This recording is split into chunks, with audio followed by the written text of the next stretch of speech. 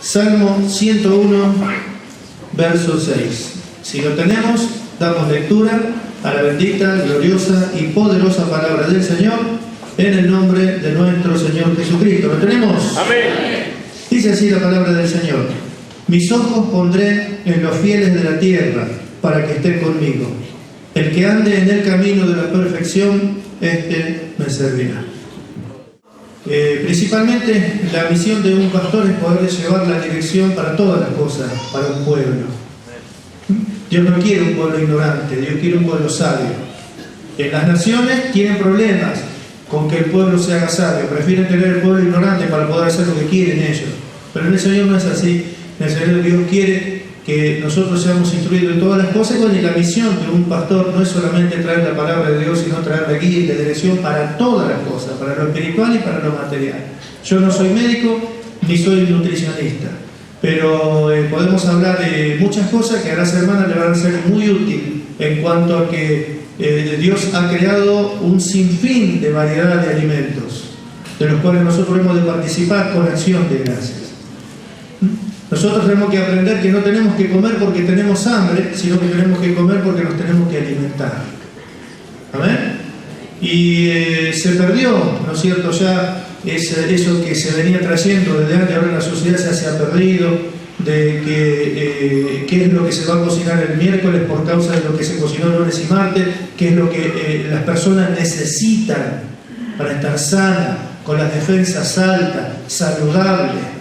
Dios quiere que tengamos salud espiritual y salud física. Y para tener salud espiritual tenemos que ver de no comer basura espiritual, de comer verdadera comida. Y para tener salud física también, ¿no es cierto? Si nosotros comemos basura, pasan los años, y cuando una persona va sumando años, se van apareciendo los problemas causados por uno mismo, por la mala alimentación, por no tener el conocimiento básico. Por eso lo que pretendemos dar, ¿no es cierto?, es el conocimiento básico, necesario. Hay chicas que se van a casar, chicas jóvenes que se van a casar o que se casaron y que no tienen ni la más mínima idea, y que muchas veces nosotros escuchamos, bueno, nos juntábamos a cenar y bueno, tenía ganas de cocinar y tomamos unos mates con un pan casero y nos fuimos a dormir, y así al mediodía lo mismo y a la noche también, y a veces se mandan los chicos sin desayunar, y eso es un problema. No está bien. Eso está mal. Y hay que corregirlo. Así que si Dios permite, nos vamos a juntar el día lunes y martes de hablar de estas cosas que son útiles y provechosas. Usted quiere las toma, si no quiere las deja. O sea, no se obliga a nadie, ni se pretende, ¿no es cierto?, manejar a nadie, sino transmitir un conocimiento que va a ser muy útil. En un hogar es muy, pero muy útil que una mujer sepa comprar, sepa qué tiene que cocinar, que necesitan sus hijos, que necesita su hombre, que necesitan los ancianos, para que puedan tener una calidad de vida buena causada por una correcta alimentación. No tenemos ni idea, ¿no es cierto?, cuántas cosas se pueden prevenir, ¿no es cierto?, y cuánto mejor se puede vivir con una correcta alimentación, porque los alimentos los creó Dios, y Dios dice que tenemos que participar de todos los alimentos que Dios creó con acción de gracias. Alimentos, no comida para comer porque tenemos hambre, sino alimentos.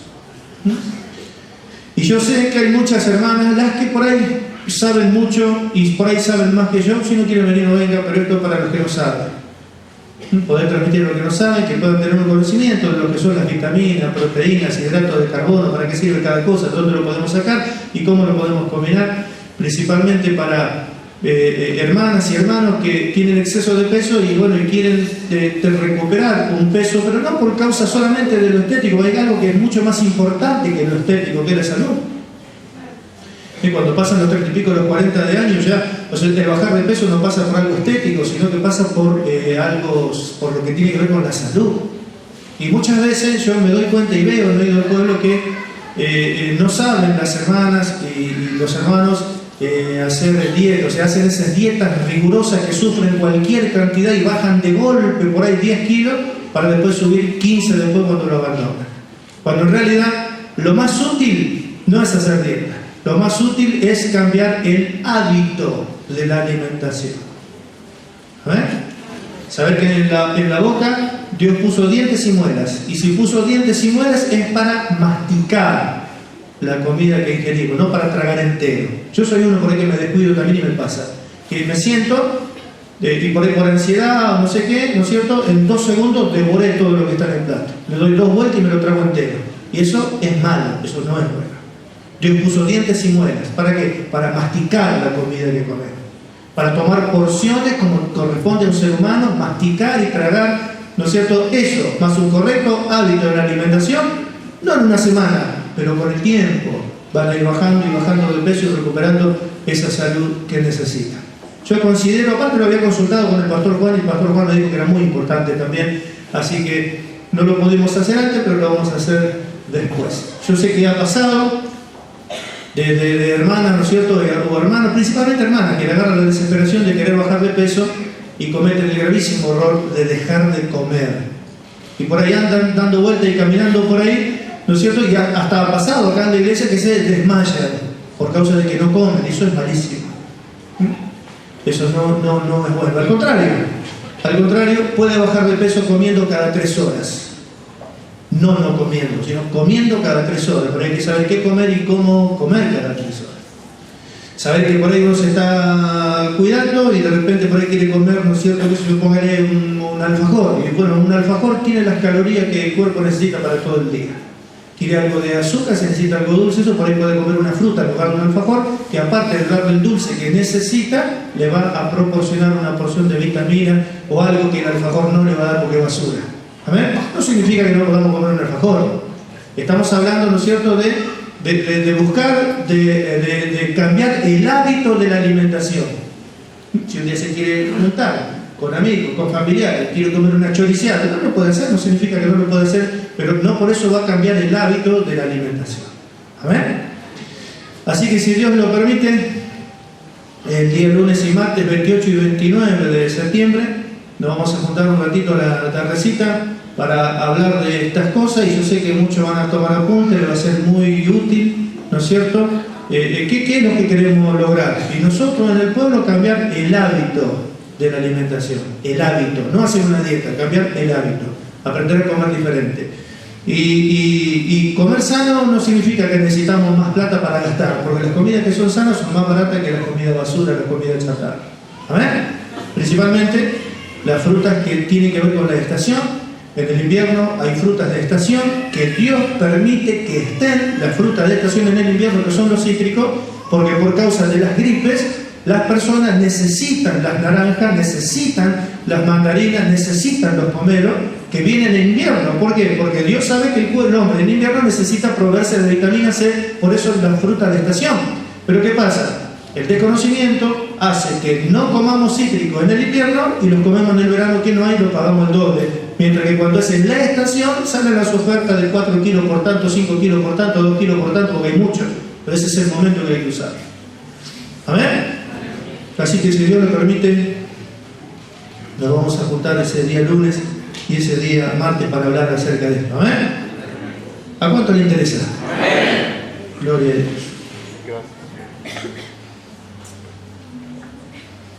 El Señor nos viene hablando que nos está formando como testigos fieles y verdaderos.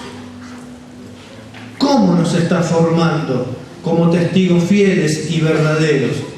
Está tomando todo este tiempo que nos está dando preciosísimas palabras, que está añadiendo a las preciosísimas palabras que nos da, está añadiendo un sinfín de situaciones de bendición y adversa de los dos.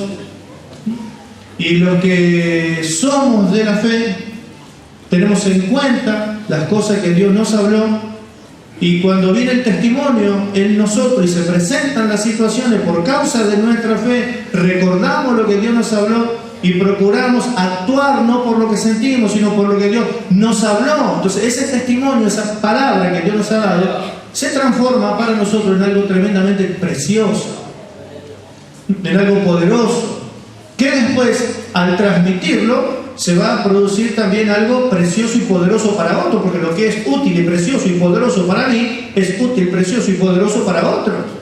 ¿Por qué? Porque a través de todo este tiempo donde fue destilando, ¿no es cierto?, la preciosa palabra. Digo preciosa porque para los que son de la fe la palabra es preciosa. Sin embargo, para los que no son de la fe, cada palabra le va complicando cada vez más la vida.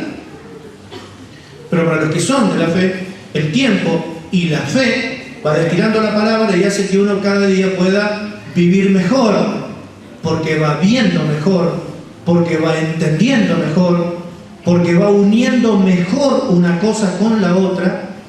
Uno comienza a ver a Cristo en su misericordia, en su amor, en su paciencia para con nosotros. Comienza a ver a Cristo en su fidelidad a la justicia para con nosotros, afligiéndonos muchas veces para que podamos aprender cosas. Entonces ahí se transforma el glorioso testimonio que Dios derrama sobre nuestra vida, se transforma en algo tremendamente poderoso para otros. Porque así como Dios hizo con nosotros, que hizo que lo conozcamos mejor, que veamos mejor, que entendamos mejor, que entendamos el porqué y para qué de las cosas, lo mismo Dios quiere hacer con otros, que lo conozcan, que lo entiendan, que lo disfruten. Pero en este Antiguo Testamento, para los que no son de la fe, para los que no eran de la fe, cada palabra que Dios traía, ¿no es cierto?, le complicaba más las cosas. Porque a medida que iba pasando el tiempo, veían cada vez menos, entendían cada vez menos podían unir una cosa con la otra. No podían ver a Dios, no pueden ver a Cristo en las situaciones, ven a los hombres que vienen en contra de ellos, que vienen a hacerle daño. No ven a Cristo en su obra, en ellos, por causa de no estar en la fe. No ven a Cristo en las situaciones, ven a las personas, ¿no?, como dañinas, como que le quieren destruir. Entonces el mismo testimonio que a otro le sirve de algo tremendamente glorioso, precioso y poderoso, el mismo testimonio para el que no es de la fe, se transforma en vanas palabrerías, en una pérdida de tiempo, en puro chamullo de palabras baratas, en donde se habla mucho pero se hace poco. Entonces comienza uno a alejarse y a desviarse, y obviamente, ¿no es cierto?, no va a tomar este testimonio como algo útil para otros, porque a él considera que le perjudicó, que le dañó, que le robó, que le quitó. Entonces le va a hablar a otros de otras cosas.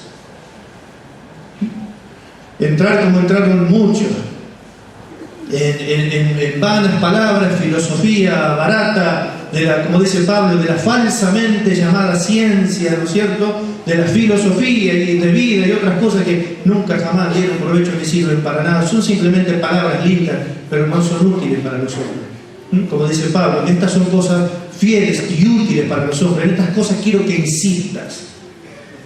¿Amén? ¿Cuánto dan gloria a Dios? Entonces, a medida que va pasando el tiempo, se va notando un progreso. Se va notando un progreso. Para los que son de la fe, la palabra y los que traen la palabra son preciosos, la palabra es preciosa. Pero para los que no están en la fe, cada día se va complicando más, se va agravando más las cosas. Porque se va produciendo un progreso. Los que son de la fe progresan de lo bueno hacia lo mejor, y los que no son de la fe regresan de lo malo hacia lo peor, porque dice, mejor es no haber conocido, que después de haber conocido, haberse apartado del santo mandamiento. Y se cumple lo que dice en el proverbio: el perro vuelve a su vómito y la puerca lavada a revolcarse en el cielo. Y el estado del hombre, luego del conocimiento del Evangelio y haberlo rechazado, viene a ser peor que la primera vez que entró por estas puertas. El pastor Juan habló en una oportunidad del progreso de Saúl y el progreso de David. Estaban en la misma tierra, con la misma ley, los mismos sacerdotes, era todo lo mismo, pero Saúl progresaba cada día en lo malo, pero David progresaba cada día en lo bueno. Saúl cada día iba agravando su situación en su relación con Dios, cada día iba complicando más las cosas, cada día iba viendo menos, entendiendo menos. A pesar de que tenía el profeta permanentemente de que le hablaba, cada día se iba complicando más las cosas, iba progresando de lo malo hacia lo peor. Y todos conocemos el final. Sin embargo, con lo mismo, David fue progresando de lo bueno hacia lo mejor, al punto de que David era un hombre de quien Dios da testimonio hasta los días de hoy, que dice que de su descendencia viene el Cristo. Es como que deja hablar un poco de Abraham, del padre de la fe, y ya habla mucho de David. Se ve que es un varón, ¿no es cierto?, que a Dios le ha traído muchas alegrías. ¿Amén? ¿Cuánto dan gloria a Dios? Por ejemplo, cuando Dios decide elegir a David, en Hechos de los Apóstoles, capítulo 13, verso 22, en el discurso de Pablo y Bernabé, dicen esto ellos: quitando levantó por rey a David, de quien dio también testimonio diciendo, es Dios el que dio testimonio, de quien dio asimismo testimonio diciendo, he hallado a David, hijo de Isaí, varón conforme a mi corazón, quien hará todo lo que yo quiero.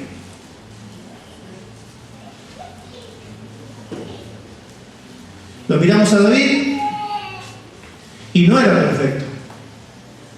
O lo miramos humanamente y no era perfecto. Pero no era perfecto. Pero ¿cómo es que hizo todas las cosas perfectas? Porque hizo todas las cosas que a Dios le agradaban. Entonces, ¿cómo puede ser que alguien que no es perfecto esté haciendo todo lo que Dios quiere?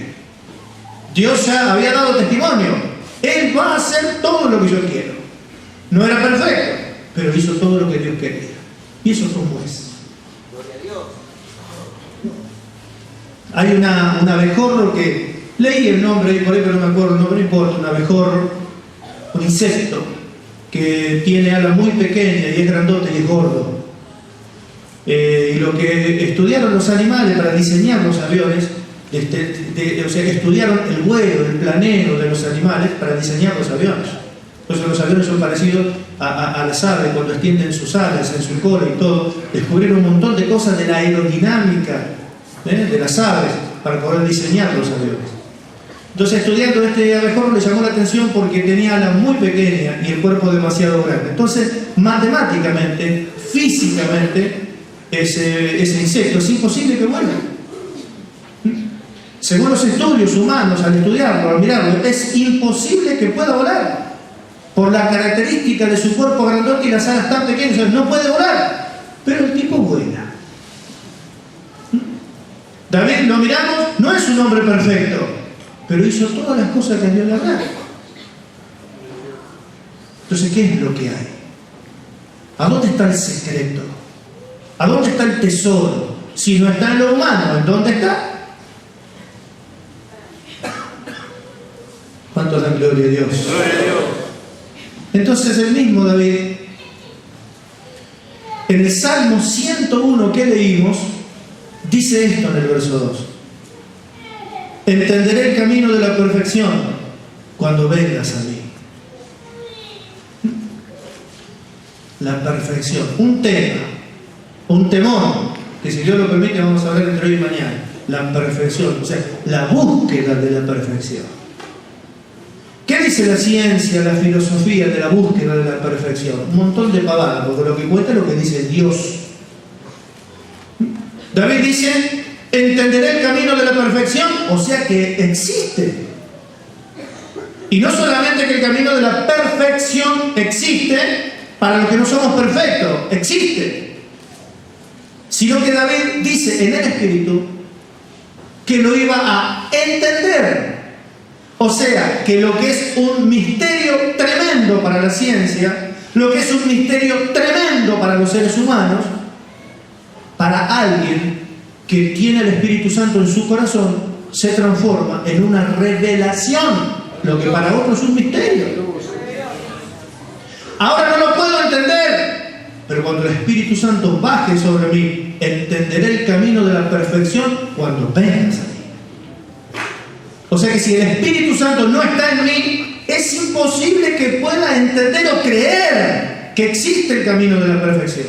Por eso que tantos creyentes de tantos años dicen la iglesia perfecta no existe. ¿Por qué? Porque miran los errores de los seres humanos.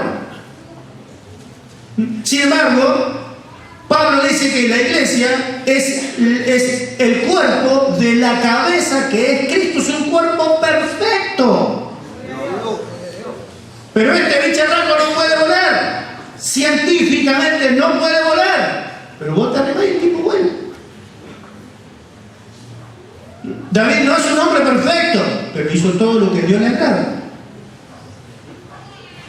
Ahora queda en nosotros que busquemos y miremos las cosas que hizo que a Dios le agrada. O queda en nosotros que nos sentemos a mirar las cosas malas que hizo que a Dios no le desagrada. Que a Dios le desagrada. Lo que sí, el camino de la perfección existe. No solamente que existe, sino que el camino de la perfección se transforma para los que tienen al Espíritu de Dios. Por eso que para los que no son de la fe, cada día se le complica más, cada día se le traba más esto, cada día se le pone más complicado. Pero el Espíritu lo recibiste por las obras de la ley o el Espíritu lo recibiste por la fe. Lo recibiste, sí. Lo tenés, sí. Entonces vas a creer que el camino de la perfección existe y lo vas a entender. Por ejemplo, no entender el camino de la perfección es una señal de que el Espíritu de Dios no lo tengo. Porque dice, entenderé el camino de la perfección cuando vengas a mí. Entonces no puedo andar por la vida diciendo que por qué esto, no entiendo aquello, y cómo eso, y cómo puede ser esto, cómo puede ser aquello, no entiendo nada, no entiendo cómo puede ser. No entiende, no. El no entender es señal de que el Espíritu Santo no lo tiene, porque si no tendría el camino de la perfección, no entiende. Por eso David tuvo esa gloriosa revelación. Él dijo, entenderé el camino de la perfección cuando vengas a mí. Nosotros no podemos decir, entenderé el camino de la perfección cuando vengas a mí, porque estamos diciendo todos los días que a Cristo lo tenemos dentro de nuestro corazón. No tiene que venir a mí, en mí está. ¿Por qué actuamos entonces como si no entendiéramos? Si estamos capacitados para entender el camino de la perfección.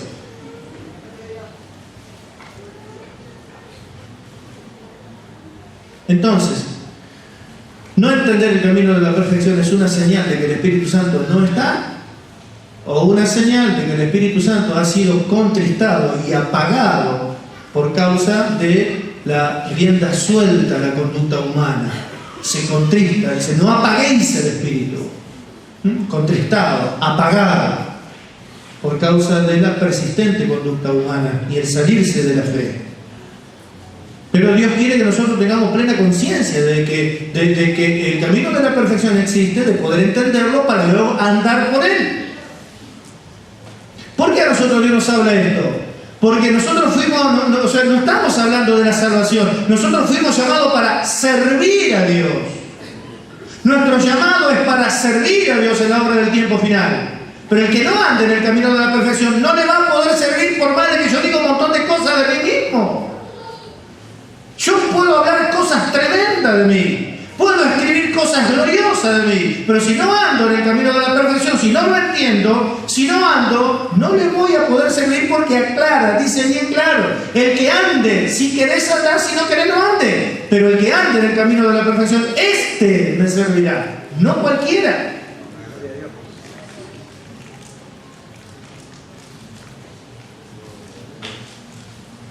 ¿Cuántos dan gloria a Dios?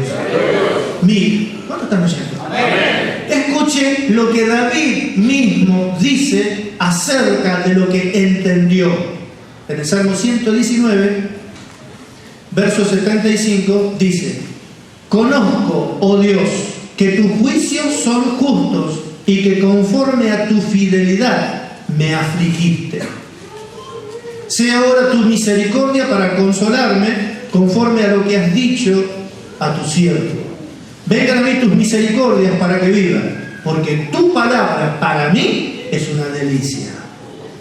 O sea, no es un problema para mí el culto, no, es una delicia tu palabra.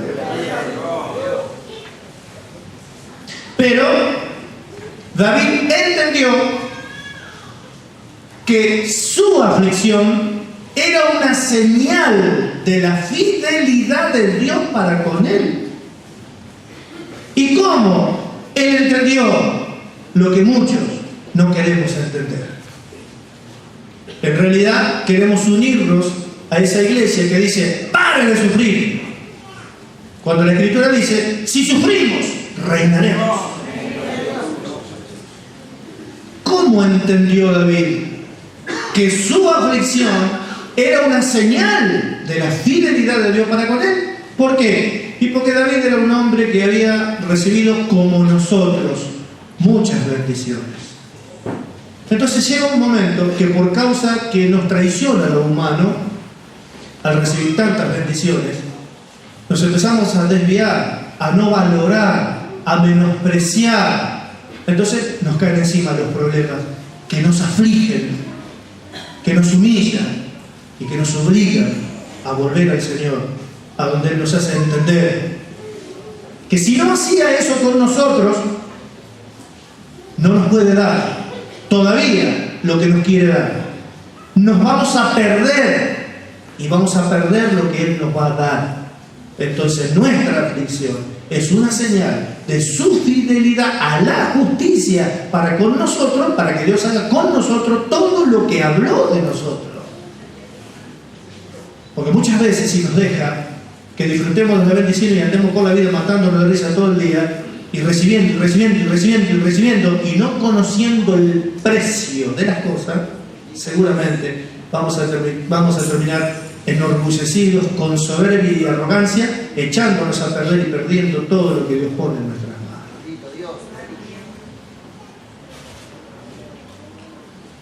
Así que la aflicción, una señal de la fidelidad de Dios para con nosotros. ¿Cómo lo entendió? ¿Y cómo hay tanto que no lo entienden? Porque hay muchos que no lo entienden así. O sea, no están mirando la fidelidad de Dios a la justicia que está haciendo que a mí me aflija. No, eso no miran a Dios, miran a la persona que me está haciendo sufrir. Y enseguida decimos, como dicen muchos, Dios le va a pagar. Va a saber lo que le va a pasar. Andamos por la vida amenazando, cuando Dios dice que no amenacemos. Que en todo caso, si hay alguien que nos hace algo, que dejemos lugar a Dios, si es que confiamos en Dios, que dejemos a Él, entendamos.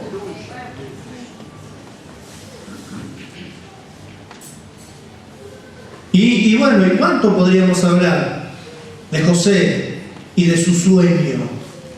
11 estrellas y sol y la luna se postrarán a ti. Qué bueno eso. La verdad, me faltaría un trono para sentarme y poder ver que 11 estrellas y sol y la luna se postran a mí. ¿Ah, sí? Lo que pasa es que vos no sabés lo que hay en el medio antes de que vos recibas ese sueño. Porque cuando hay un sueño, hace falta una persona. Y hace falta que esa persona alcance un carácter para que pueda recibir ese sueño. Desde que tuvo el sueño hasta que lo recibió, sufrió de todo. ¿Qué entendió José cuando sus hermanos lo traicionaron y lo vendieron?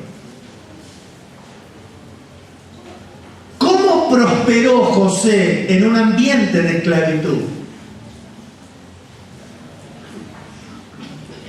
¿Cómo siguió sirviendo a Dios cuando lo metieron preso injustamente? ¿Qué es lo que entendió? Y cuando vienen a su mano la cabeza de los hermanos que lo traicionaron y lo ve postrado delante de él, se cumplió el sueño. 11 estrellas postradas a mí. Simplemente daba una palabra y le cortaban la cabeza de un solo hachazo a todos. Sin embargo, ¿qué entendió José? Que le dijo, hermanos, vengan, abrácenme, porque esto, ¿saben qué es? Esto es lo que hizo Dios. ¿Para qué? Para guardar la posteridad, la prosperidad de esta nación de Israel. Vayan, traigan a mi padre, que venga Israel con toda su familia a vivir a Egipto, porque esto lo hizo Dios. Me mandó Dios adelante para guardar la prosperidad de la nación de Israel. Eso entendió. Eso entendió. No está con la vendetta. Eso entendió. Por eso es que fue elegido él. He hallado un varón, dijo. ¿Y nosotros por qué estamos acá? Porque también Dios ha hallado hombres y mujeres mejores que David, que los va a transformar, no en hombres conforme al corazón de Dios, sino en personas que los va a transformar en hijos de Dios. Porque vale más una persona entera que el corazón solo. Entonces puso sus ojos sobre todos nosotros, para que estemos con Él. para que entendamos el camino de la perfección, para que andemos en el camino de la perfección y le podamos servir.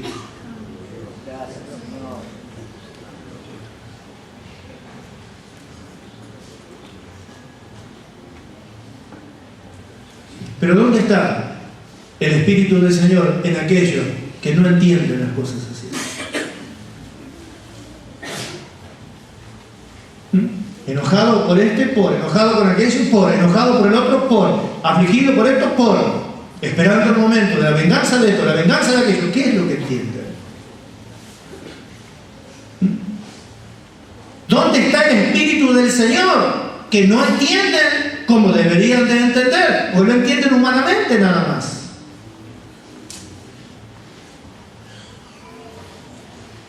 En aquellos que solo ven la injusticia, que no miran a Cristo detrás de las situaciones, miran solamente la situación. ¿Dónde está el Espíritu de Dios? Cuando dice, entenderé el camino de la perfección cuando vengas a mí. A nosotros ya vino. ¿Cuánto tiene el Espíritu de Dios? Amén.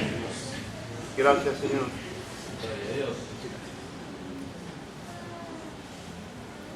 Entonces, ¿qué dice Dios a todo esto? En que unos progresan para lo malo, pero otros progresan para lo bueno. ¿Por qué dijo David, tu palabra es mi delicia? Porque para los que somos de la fe, cada día la palabra que viene es algo precioso.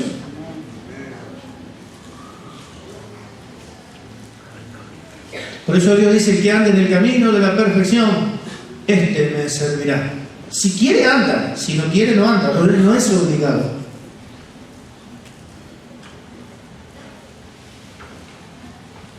Pero vamos a encontrar multitudes que dicen que sirven a Dios y que le van a discutir en la cara, mirándolo en la cara.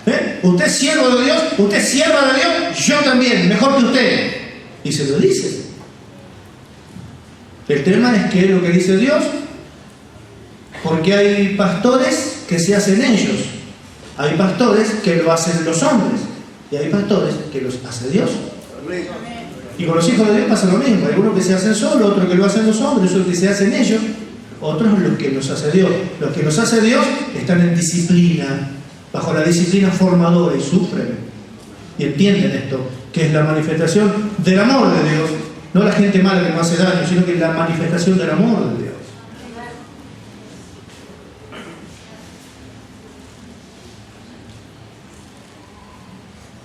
¿Cuántos dan gloria a Dios? El profeta Malaquías, justamente hablando de eso, con todos dicen que sirven a Dios, hablando justamente del desarrollo de este mismo tema que estamos hablando nosotros. El profeta Malaquías dice en el capítulo 3, verso 13, dice, vuestras palabras contra mí han sido violentas, dice el Señor. Y dijiste, ¿qué hemos hablado contra ti? Que habéis dicho, por demás es servir a Dios. ¿Qué aprovecha que guardemos su ley y que andemos afligidos en presencia del Dios de los ejércitos? Decimos pues ahora, bienaventurados son los soberbios y los que hacen impiedad. No solo son prosperados, sino que tentaron a Dios y escaparon. Pero qué diferencia con los del verso 16 que dice, entonces los que temían a Dios hablaron cada uno con su compañero y Dios escuchó y oyó.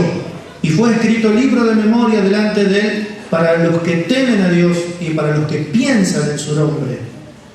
Entonces habla Dios y dice, y serán para mi especial tesoro, ha dicho el Señor de los ejércitos, en el día que yo actúe. A ellos los perdonaré, como el hombre que perdona a su hijo, que le sirve. No que le causa problema, que le sirve. Muchas veces la manifestación de la soberbia humana nos hace desvariar y no nos damos cuenta. Las palabras violentas que nosotros hablamos muchas veces contra hermanos o contra ministros y no nos damos cuenta que son dirigidas hacia Dios, que cuando Dios le diga, tus palabras contra mí fueron muy violentas. Señor, ¿yo qué dije contra ti? Y es lo mismo, ¿no es cierto?, cuando diga, Señor, ¿cuándo tuviste sed y te di agua? Y el Señor le dijo, cuando le diste a uno que es de Cristo, a mí me lo diste.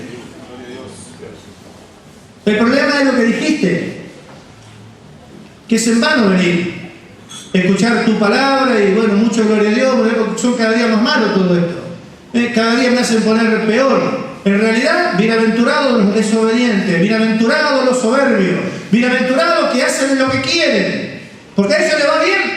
Y nosotros siempre estamos sufriendo, ¿ves? No entiende el camino de la perfección. Pero hubo un remanente que se juntaron aparte y hablaron cada cual a su compañero y dijeron, no, las cosas no son así. Las cosas no son así. No es que podemos hacer lo que queremos y Dios está con nosotros. Igual esto no puede ser, esto no es así. Y Dios lo vio, lo oyó y lo anotó. Libro de memoria. Y dijo, esto será para mi especial tesoro. Pero el día que yo actúe, porque los que andamos en el camino de la perfección, todos fallamos. Pero a los que me sirven yo los perdonaré. Entonces, da una conclusión diciendo, entonces os volveréis y discerniréis la diferencia entre el justo y el malo, entre el que sirve a Dios y el que no sirve. Mire cuando llegue este momento, en donde todos van a poder discernir verdaderamente quién es el justo. Porque en realidad nos miramos todo lo que estamos acá y no hay justo ni aún uno. ¿Por qué? Porque no hay un ser humano justo, no existe. Pero los que somos justos por una justicia que procede de Dios por causa de Cristo. Somos justos por la justicia que viene de Dios, no porque nosotros seamos justos, porque no hay justo, no hay ni uno. Pero los justos existen porque recibieron la justicia que viene de Dios, porque del hombre no hay justicia. Y los que recibieron, siendo injustos, la justicia que viene de Dios, son justamente los de la fe, son justamente los que entienden, son justamente los que le sirven.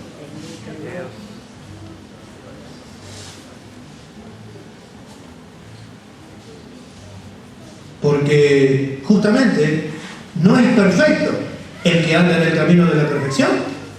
Porque si fuera perfecto, ¿para qué quiere el camino de la perfección? No lo necesita. ¿Quién necesita entrar y andar en el camino de la perfección? El que no es perfecto.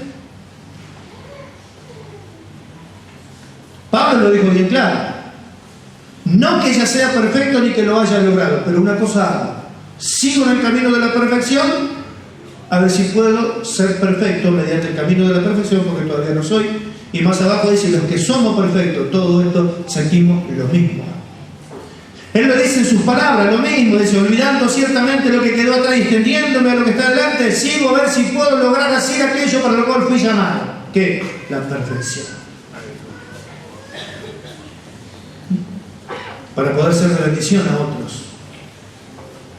Para poder descubrir que las riquezas que Dios nos ha confiado, en realidad, tenemos más plata nosotros que el Banco Central. Tenemos mucho más riqueza nosotros en lo que Dios ha depositado en nuestro corazón que en una nación entera. Vale más las riquezas que están en nuestro corazón que las de una nación entera. Valen más los hijos de Dios a los cuales tenemos que bendecir que las personas que viven en una nación entera. Porque a cuál de los ángeles dijo Dios y a cuál hombre dijo Dios, mi hijo eres tú, yo te he engendrado hoy. Aún el más grande de los profetas es el más pequeño en el reino de Dios. Porque no murieron y nacieron de nuevo como nosotros. Así que en nuestro corazón hay más riquezas que en las riquezas de una nación. Y delante de nosotros hay personas que son hijos de Dios, que valen mucho más que seres humanos que viven en una nación, porque son hijos de Dios. El tema es si somos buenos administradores de la multiforme gracia de Dios que Dios nos ha confiado. Porque los que administran las riquezas, si son malos administradores de las riquezas, va a pasar, por ejemplo, como nos pasa a nosotros en esta cuadra. Nosotros no debemos un centavo de impuestos municipales ni inmobiliarios, no debemos un centavo. Sin embargo, no sé cómo administran el dinero porque por la calle no se puede pasar ni caminar. Entonces, la mala administración de las riquezas hace que el pueblo viva mal. ¿Y qué pasa si nosotros hacemos una mala administración de las riquezas de Dios que nos fueron confiadas? Va a sufrir mucha gente. Se van a ver privados muchas personas del beneficio que nosotros le podemos hacer por ser malos administradores, pero multiforme, gracias a Dios. Por eso es un requerimiento. Se requiere pues de los administradores que sean hallados fieles. Y después Pablo no solamente dice que alcance que sean fieles, sino también idóneos. Esto habla de un obrero, habla de un artesano. Y es así porque para dirigir y conducir una vida, una familia, un pueblo, conducir es un arte. Y como conducir es un arte, en donde no se manejan los gritos ni con prepotencia, porque conducir es un arte, hace falta un artesano. Y el artesano es un obrero de Dios, que usa bien la palabra de verdad, que llega a ser fiel, pero no a las personas, llega a ser fiel. ¿Cuántos están oyendo? Amén. Llega a ser fiel a la justicia. Entonces, cuando yo llego a ser fiel a la justicia, automáticamente soy fiel a todas las cosas que Dios pone en mis manos. Si no puedo ser fiel, ¿no es cierto?, en mi casa, con mi esposa, pero infiel en la administración del dinero, infiel en la obra de Dios. Pero si somos fieles a la justicia, no podemos ser infieles a nada.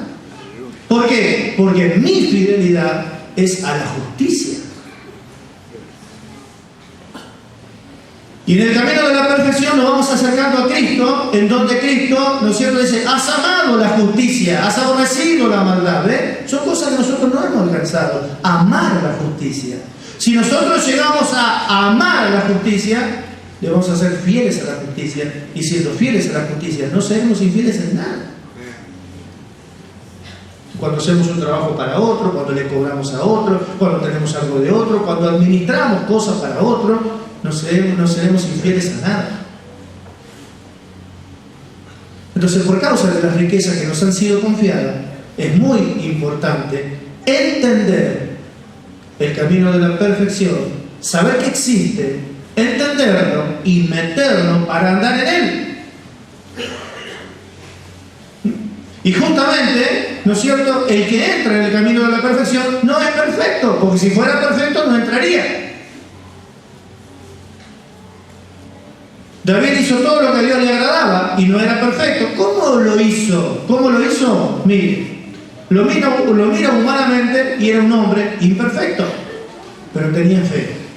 Por causa de su fe, cuando Dios le hablaba, creía y actuaba por lo que creía. Entonces, un hombre imperfecto producía obras perfectas porque tenía fe. Creía la palabra de Dios y actuaba por lo que creía y hacía por la fe todas las cosas que Dios le mandaba. Entonces, un hombre que no es perfecto produce obras perfectas por causa de la fe. De ahí es que alcanza la justicia. Y para nosotros, ¿no es cierto?, la perfección no solamente que es un camino, sino que en el camino de la perfección nosotros tenemos una gloriosa búsqueda.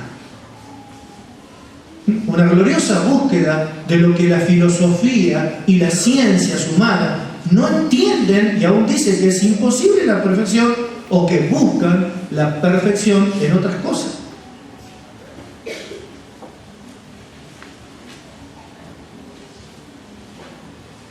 Se pone a perder tiempo en buscar la perfección en lo físico y está muerto.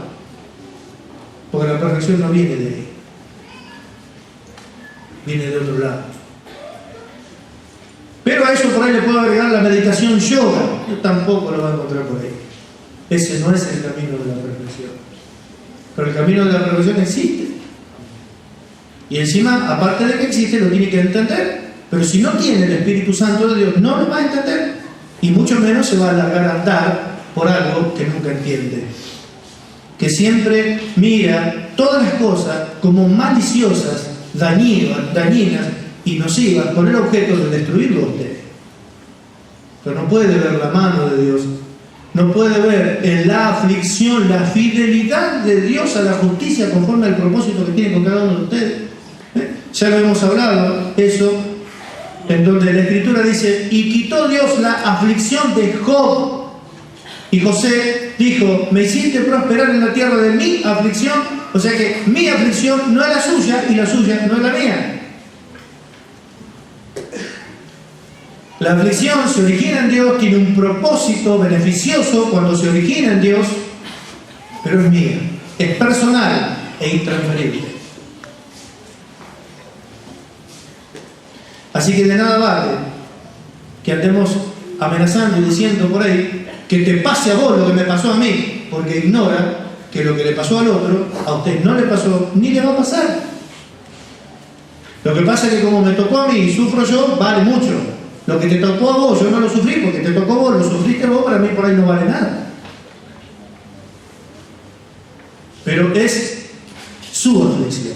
Pero sepa que su aflicción se origina en Dios y sepa que su aflicción tiene un principio y sepa que tiene un final. Y que cuando todo esto termine, la bendición que Dios va a derramar sobre su vida no será comparable con lo que sufrió.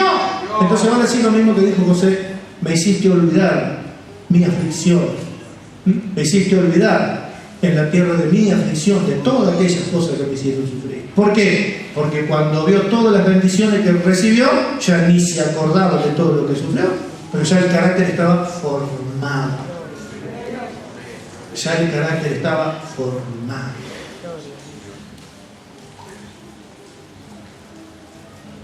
Amén.